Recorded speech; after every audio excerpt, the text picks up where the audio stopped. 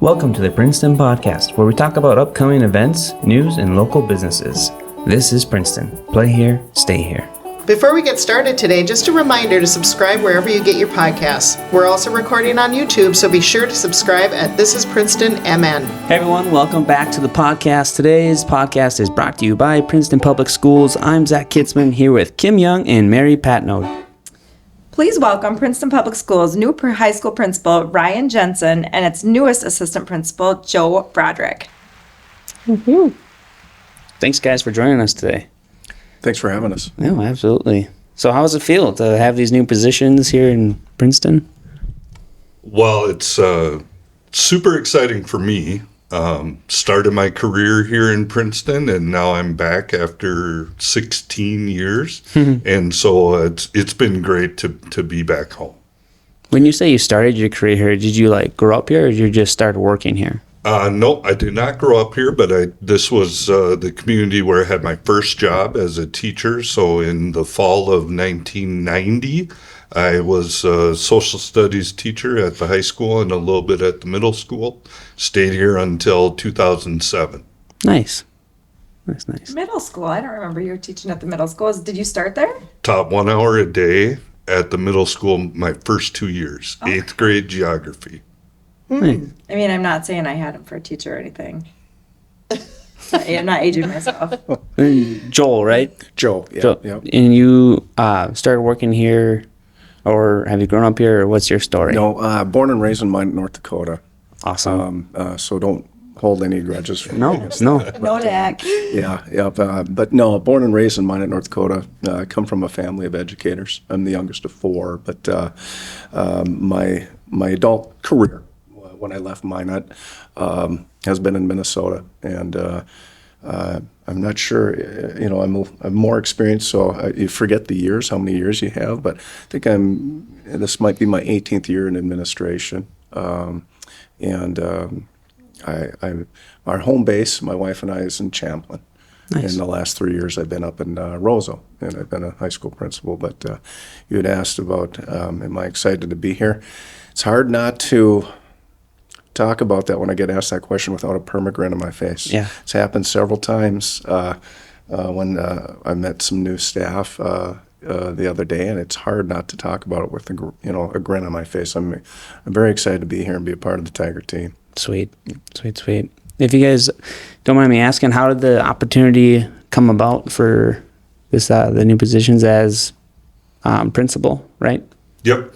So Barb Muckenhern, who had been here for 10 years as the high school principal, took a job as a superintendent up in the northwest part of the state, and that created the high school principal opening. And then Emery Colby, who has worked in the Princeton schools for probably close to 30 years, decided that she was going to retire, and so that opened up the assistant principal position, and went through a rigorous interview process to be named the principal, and was really happy to have Joe be part of the candidate group that we interviewed for AP, and with his experience. And Joe and I know each other a little bit from previous work, and so just that familiarity for me was real comforting, knowing that it's going to be a big job.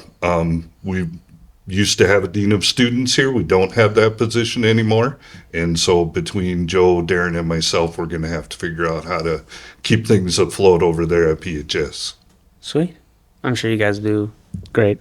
So that's interesting that you guys knew each other prior to this. Yeah, we, as Joe was saying, most of his administrative career has been in Minnesota, same with me, and started when I left Princeton. I went to Rockford High School as the high school principal, and we have meetings.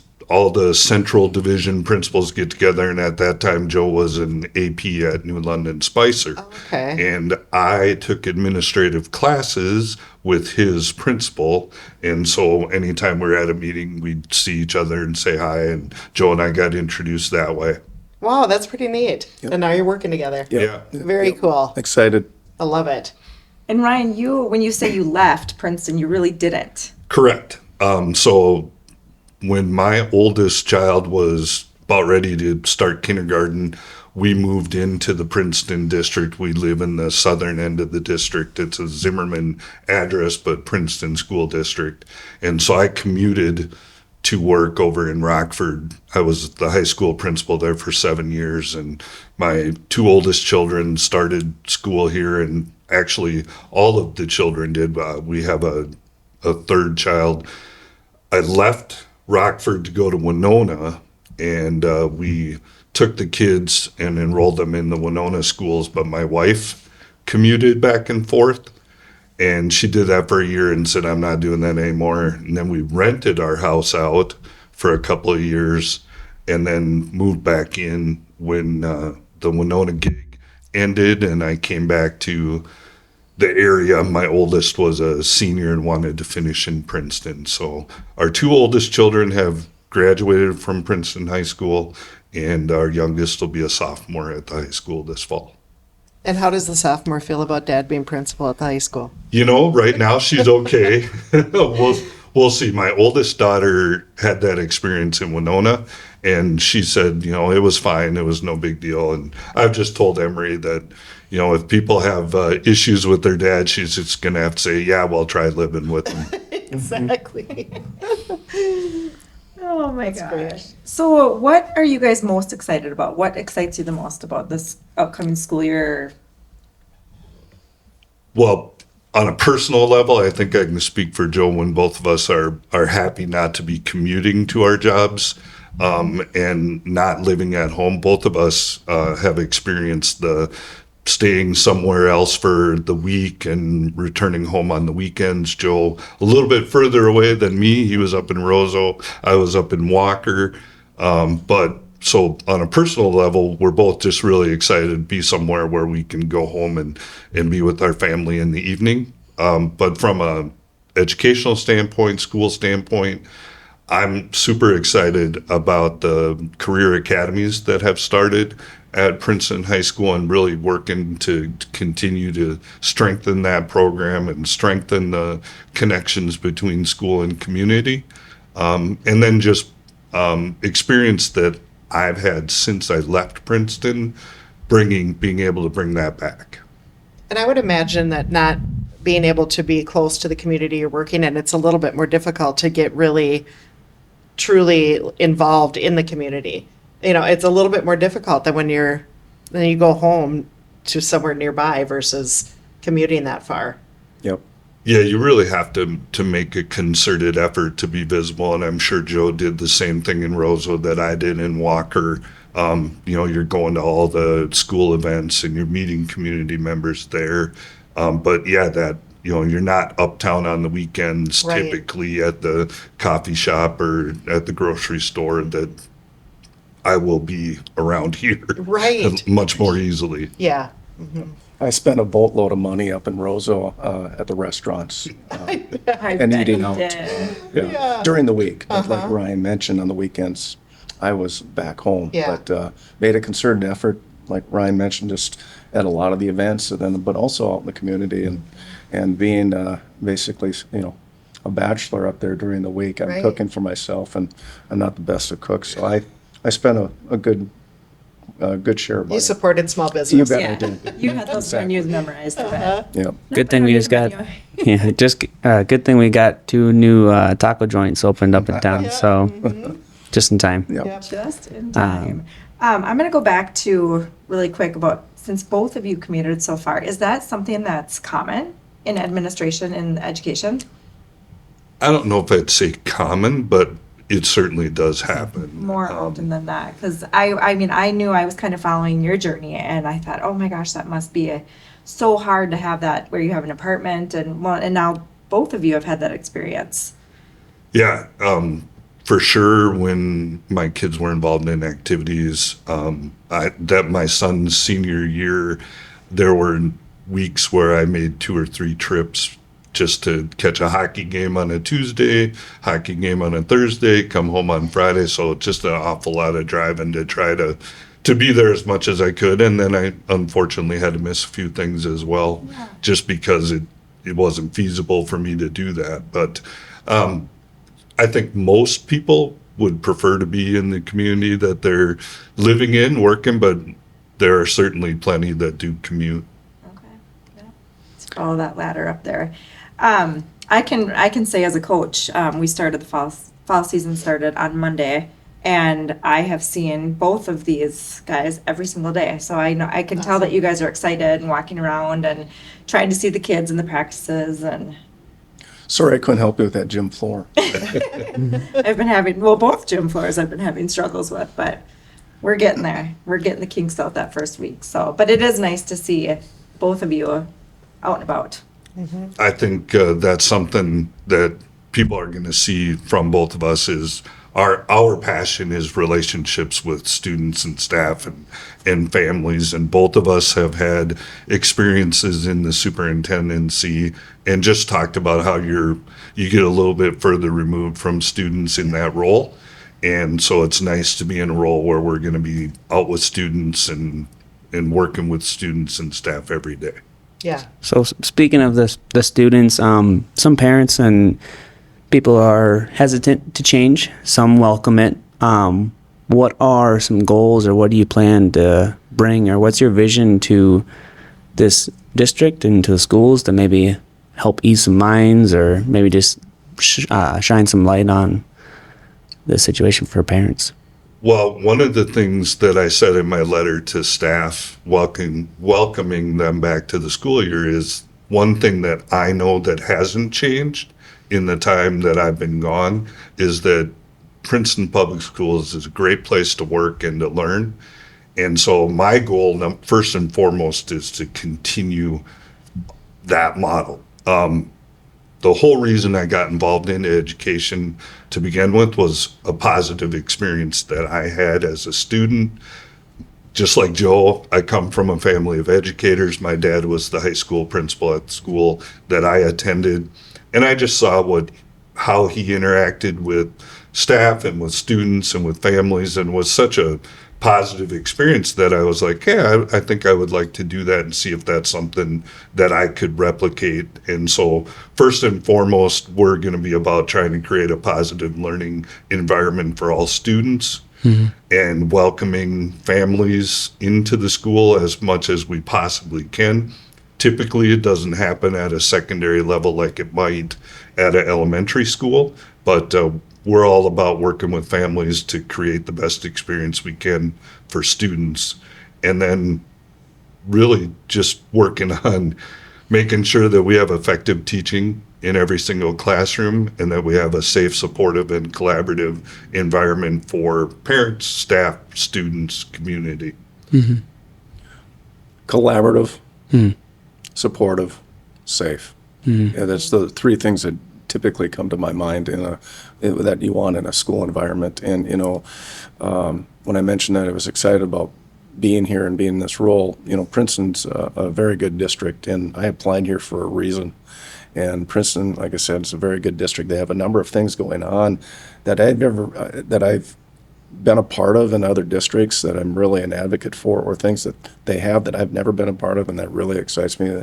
Ryan mentioned about the career academies and that community partnership. Those things just it makes my hair stand up like it is right now. I'm excited talking about it. So just being new, people don't know me, but I always like to. Very relationship driven, like Ryan is. Developing positive professional relationships with all our constituents, and so excited to do that. And for me, being new, I'm going to be a sponge. Doesn't matter how much experience I have. It's a new place, and so being a sponge is important to me. But goal would be to develop those relationships as much as I can. Well, one thing, doing something different, we had kind of looked into how many employees in Princeton graduated from Princeton, and there's over 60. And I just think that says a lot about Princeton Public Schools, and they've been here a long time. So I just think that says a lot about the working environment here.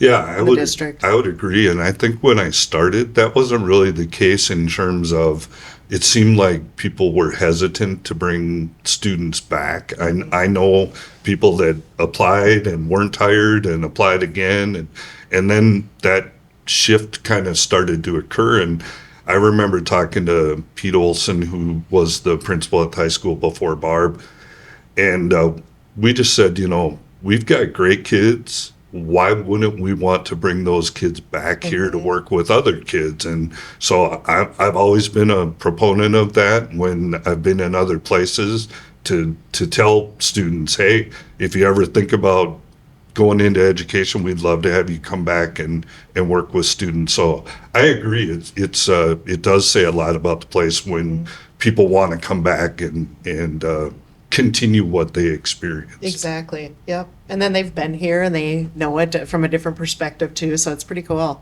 Yeah. And you mentioned that there's not as much engagement at the secondary level with parents as far as, maybe not as many conferences where, parents are there like they are at the younger levels. However, the high school is probably the place where our community is present the most. Whether it's the high school musical or all the games that are going on there, or just it's concerts, and the community is present at that building quite a bit. So it's really nice to hear how you're talking about collaboration and getting to know the community and getting involved. That's great. Do you remember your answer as a child to the common question, what do you want to be when you grow up? Our students have an opportunity to explore and narrow in on their interests with our Tiger Career Academies. Students can freely explore career and college options before racking up student debt. With 6 career academies, Human Services Academy, Agriculture and Natural Resources Academy, Health Science Academy, Engineering, Manufacturing, and Technology Academy, Information Systems, Communications and Art Academy, Business Management and Administration Academy. Each with multiple pathways and 72 trimester class slots, students have many opportunities to explore and prepare for their future. Our goal is for every student to graduate with an industry credential, certification, workplace experience, college credit, internship, or mentorship. Connecting their learning to outside experiences, students apply new skills with meaning and relevance to the field. Go to www.isd477.org/academies to find your calling.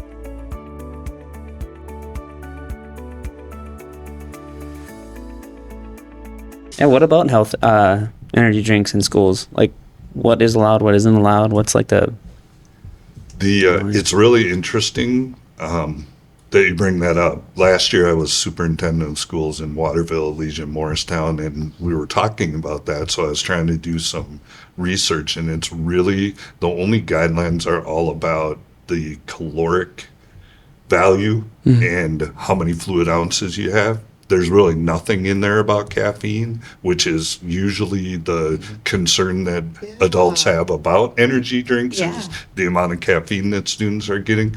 But currently, there are no stipulations about caffeine.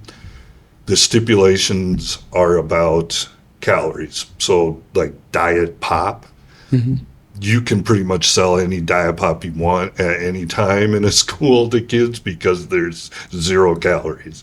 Wow. But like a Mountain Dew Kickstart, which was the issue we were having, I was getting, how come there's Mountain Dew Kickstart in the vending machine? Do you think you'll ever change from calorie to something else? Because I feel like everything calorie doesn't mean to me a whole lot. If anything, I want calories. I don't want the other stuff that they are replacing for to make it I would free. suspect that that's going to change pretty soon, because I think it is caffeine that people are more worried about, or those other non-natural ingredients that are in all sorts of soft drinks. So, but yeah, it was just crazy. As long as the ounces and the calories match up, doesn't matter what it is, put it in there. Interesting. That is Now interesting. we were kind of not meeting the requirements because you're only supposed to sell like an 8 ounce. So the calories in 8 ounces of Kickstart would be fine if you were selling an 8 ounce container, but we were selling 16. And then it says on there that that's 2 servings. But of course we know that people don't treat it like 2 servings. So it was kind of like meeting the letter, but maybe not the intent of the law. The gray area. Interesting. Is there going to be a change with the busing and school starting this year? Not this year. Not this year, That's okay. something the district's going to look at. Okay. We were just talking about that yesterday at an admin meeting, that they're going to look at the two-tier bus system Mm-hmm. and see. It's an interesting issue because some of the research will tell you that the adolescents should be starting later, but I guess just the little bit that was talked about yesterday, what I've gleaned is maybe they want to flip the start time so the younger Right. kids are going later, so which would seem to fly in the face of some of the research. So I don't Right. know. Yeah, I thought that was interesting to hear too, that, because I have always heard that too, that the high schoolers are, out, they're doing activities at night and then they go home and do homework and then they have to get up at the crack of dawn and they're just not getting the sleep they need. So, yeah, it's interesting to see how that'll pan out.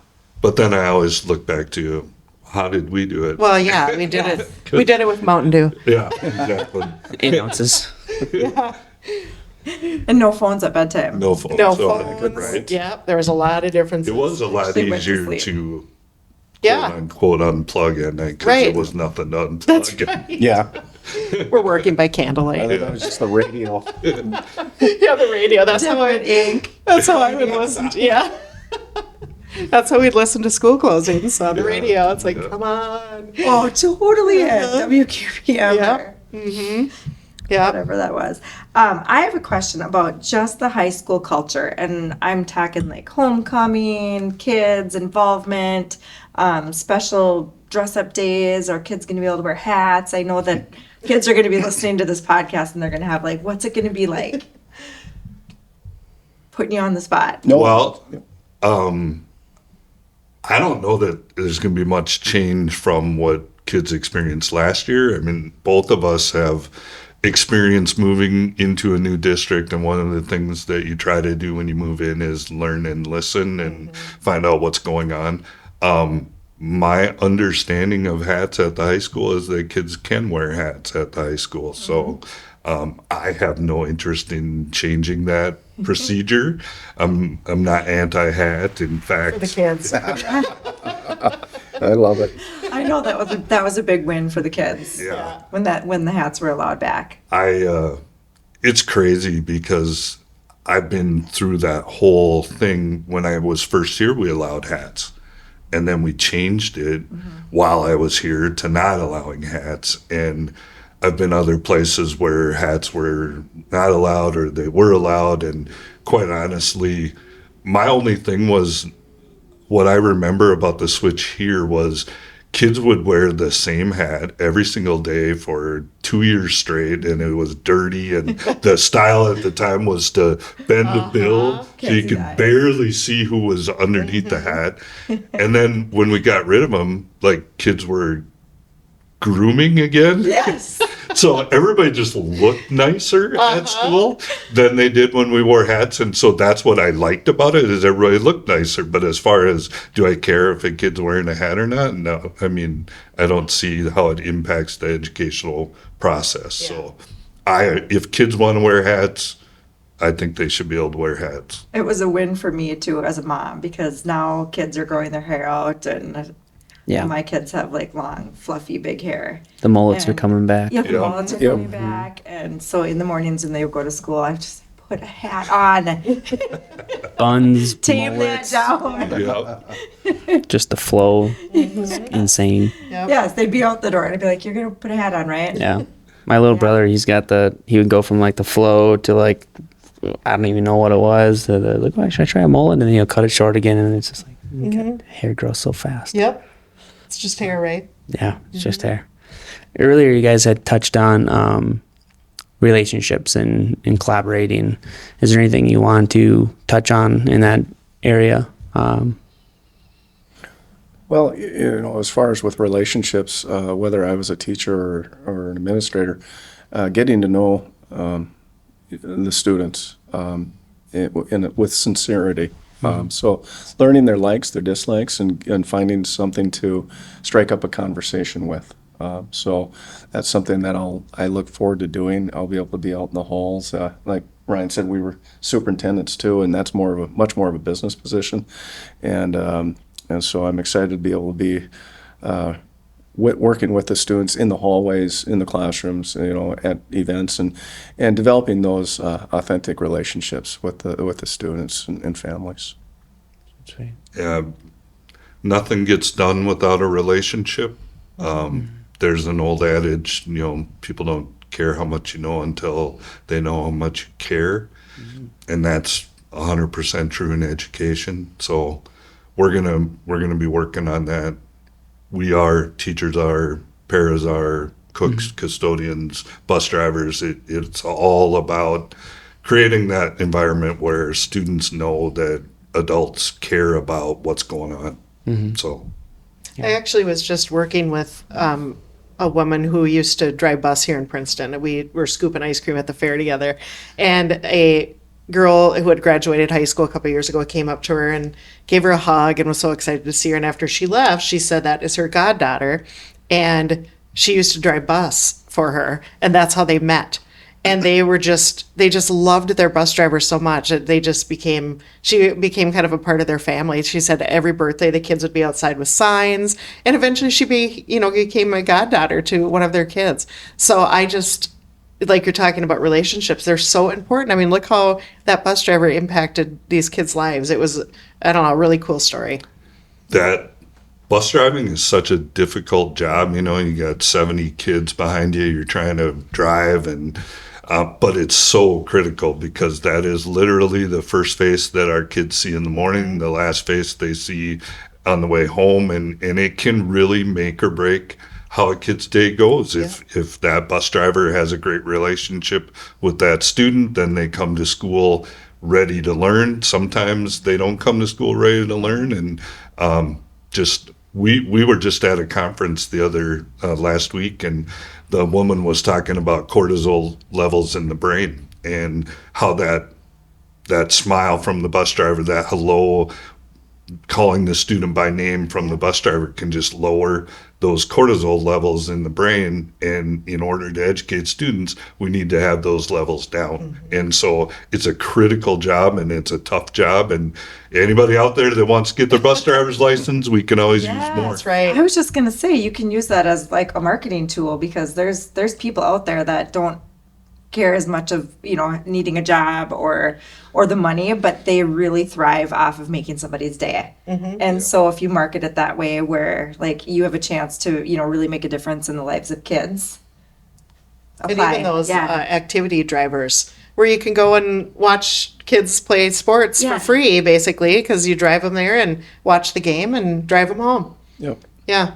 Yep. That's I great. never thought of it that way. Yeah. Speaking of games, do we want to hit on our last question? Yeah. Let's do it. Ask All right. away, Mary. All right. Big question. Who is going to win the Pizza Bowl on August 31st? Well, no question the Tigers will win that. Tigers by 50. 50! Yeah, the real question Hear that, is, Malaka? is by how much? Last 50 year, points. You hear that, Haggy? because I think last year it was only like a score. It's always very close. like- Yeah, I think it was usually one. 1 or 2 points. Yeah. And of course, that's coming from the person that's just new here. Right, exactly. Uh-huh. Yep. That is an exciting, and Princeton's hosting this year. Princeton's hosting Yes. on August 31st, first game of the year. If I'm not mistaken, we were upset last year, were we not? Yes, we were. Yeah, It was, so we need time it to back. bring the paddle back home. That's Yeah. right. Where it belongs. That's right. Absolutely.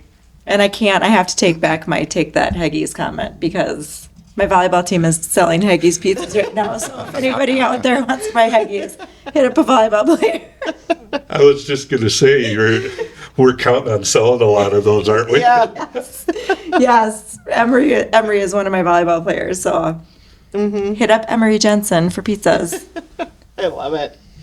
Well, thank you very much, both of you, for being here today. We really appreciate it. We're excited to have you both here and excited for the new school year to start. And we want to thank everyone for joining us for the Princeton podcast. Thank you again to today's sponsor, Princeton Public Schools. And we'll be back again with our next podcast on September 12th. Until then, this is Zach, Kim, and Mary signing off. This is Princeton. Stay here, play here, learn here. Podcast produced by Kitzman Creations, music by Charles Moe. Be sure to subscribe to the Princeton Podcast wherever you get your podcasts. Also, to view our awkward moments, check us out on our YouTube channel and visit us at www.thisisprincetonmn.co.